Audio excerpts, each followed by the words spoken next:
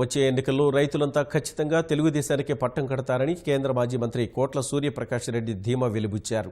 రేపు కాంగ్రెస్ పార్టీకి రాజీనామా చేస్తున్నట్లు ప్రకటించారు. ఈ నెల 28న ముఖ్యమంత్రి సమక్షాన తెలుగుదేశంలో చేరుతానని వెల్లడించారు.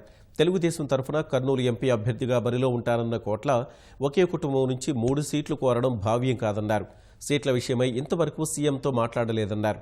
కర్నూలు జిల్లా కొత్త సాగునీటి ప్రాజెక్టులు మంజూరు చేసినందుకు సీఎంకు రుణపడి ఉంటామన్నారు. కర్నూలు పార్లమెంట్ రైతుల యొక్క చిరకాల కోరిక. చాలా రోజుల నుండి కూడా ఈ ప్రాజెక్ట్ కావాలని నేను ప్రయత్నించాను. కాంగ్రెస్ వాళ్ళు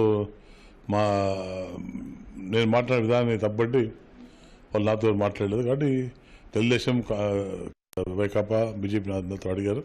చంద్రబాబు నాయుడు కుటుంబం మాకు సందేహం కాబట్టి నా రైతుల కోసం ఈ ప్రాజెక్ట్ పెండింగ్ ఉన్నాయి, అవి చేస్తే పట్ల చేస్తా చెప్పండి.